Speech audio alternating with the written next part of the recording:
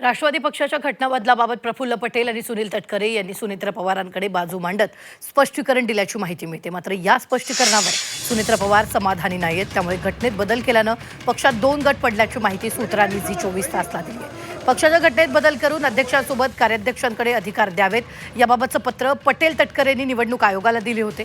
कार्याध्यक्ष म्हणून प्रफुल्ल पटेल यांच्याकडे अधिकार द्यावेत अशा आशयाचं पत्र देण्यात आलं होतं. या पत्रानंतर सुनेत्रा पवार यांनी निवडणूक आयोगाला पत्र लिहून सर्व पत्रव्यवहार अमान्य समजून दुर्लक्षित करावेत असं पत्र निवडणूक आयोगाला दिलं होतं. या घडामोडींनंतर पक्षात बरेच वादंग निर्माण झालेत. दोन्ही नेत्यांच्या स्पष्टीकरणावर सुनेत्रा पवार समाधानी नसल्याची माहिती मिळते. मला वाटतं की ती घटना बदललेली अशी चर्चा बाहेर आलेली आहे.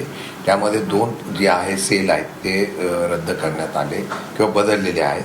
मला वाटतं त्या संदर्भात त्यांनी खुलासा करावा की ते 2च सेल का अल्पसंख्याक आणि ओबीसी का मागासवर्गीय तेच का रद्द करण्यात आलं त्याचा त्यांनी खुलासा करावा.